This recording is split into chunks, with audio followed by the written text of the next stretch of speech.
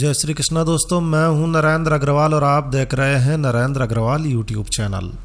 तो दोस्तों, हिंदू धर्म में एकादशी का एक विशेष महत्व माना जाता है। ज्येष्ठ कृष्ण पक्ष की एकादशी, जी हाँ, जेठ कृष्ण पक्ष की एकादशी को अपरा एकादशी या फिर अचला एकादशी के नाम से जाना जाता है।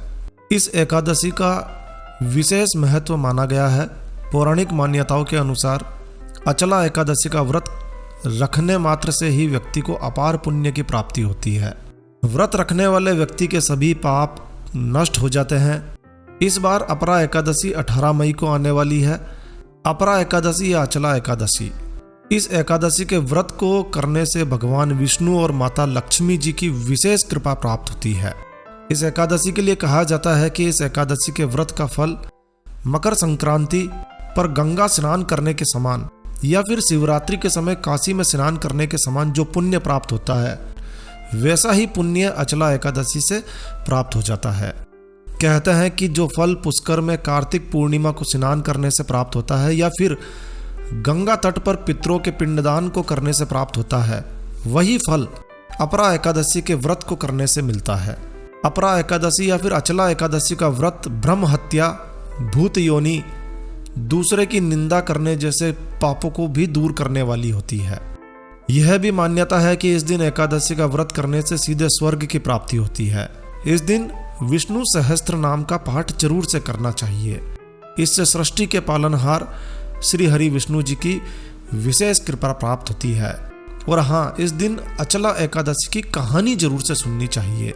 आप व्रत करें तो जरूर सुने और नहीं करते हैं तब भी आप इस कहानी को सुन सकते हैं। छोटी सी कहानी है, आइए इस कहानी को सुनते हैं। कहानी को सुनने से पहले आपको बताते हैं यदि आप व्रत रखते हैं तो आपको किन बातों का ध्यान रखना चाहिए।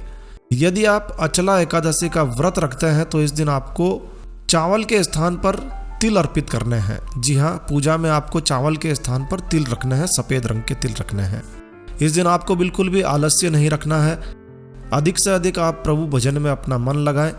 तुलसी के साथ भगवान जी को, श्री हरि विष्णु जी को भोग लगाएं। रात्रि में जागरण करते हुए प्रभु के चरणों में विश्राम करें, यानी कि इस दिन आपको रात्रि जागरण करना चाहिए। दिन में भी आपको जागना चाहिए, दिन में नहीं सोना चाहिए। और शयन आपको जमीन पर ही करना चाहिए, पलंग पर नहीं सोना चाहिए। और इस दिन आपको ब्रह्मचर्य का पूर्ण पालन करना चाहिए। चलिए अब आपको अचरा या फिर अचला एकादशी की कहानी सुनाते हैं। ये बहुत ही प्राचीन बात है। प्राचीन काल में महीध्वज नाम का एक धर्मात्मा राजा हुआ करता था। उसका छोटा भाई वज्रध्वज बड़ा ही क्रूर, अधर्मी और अन्यायी था।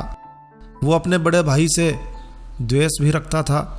एक दिन की बात है, वज्रध्वज ने अपने बड़े भाई की हत्या कर दी और हत्या करके उसकी देह को एक जंगली पीपल के नीचे गाड़ दिया। इस प्रकार अकाल मृत्यु को प्राप्त करने से राजा प्रेत आत्मा के रूप में उसी पीपल पर रहने लगा और अनेक प्रकार के उत्पात करने लगा। एक दिन की बात है, उधर से धौम्य नामक ऋषि गुजर रहे थे। उन्होंने देखा कि इस पीपल के पेड़ पर एक प्रेत है। उन्होंने अपने तपोबल से उसके अतीत को जान लिया। अपने तपोबल से प्रेत के उत्पात का कारण भी समझ लिया। ऋषि ने जान लिया कि वो एक धर्मात्मा राजा था और किस तरह से उसके बड़े भाई के द्वारा उसकी हत्या कर देने से वो प्रेत योनि में चला गया।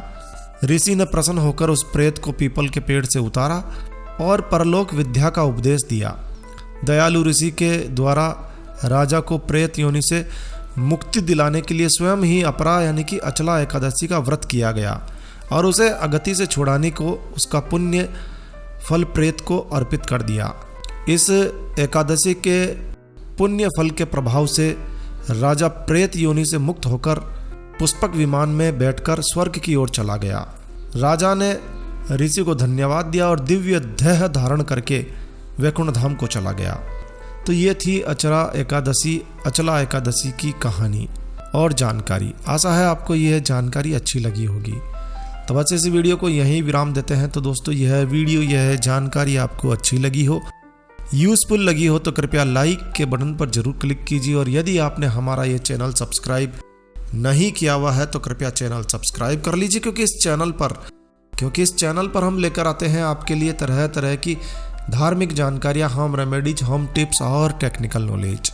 तो सब्सक्राइब करने पर आपको हमारे नए वीडियोस की अपलोड्स लगातार निरंतर मिलती रहेगी। तो अभी सब्सक्राइब के लाल बटन पर क्लिक करके चैनल सब्सक्राइब कर लीजिए। तो एक नया वीडियो, एक नई जानकारी लेकर मैं आपका दोस्त नरेंद्र अग्रवाल फिर मिलूंगा। तब तक के लिए stay healthy, stay happy. Thank you for watching my video. Thanks. जय श्री राम, जय हनुमान।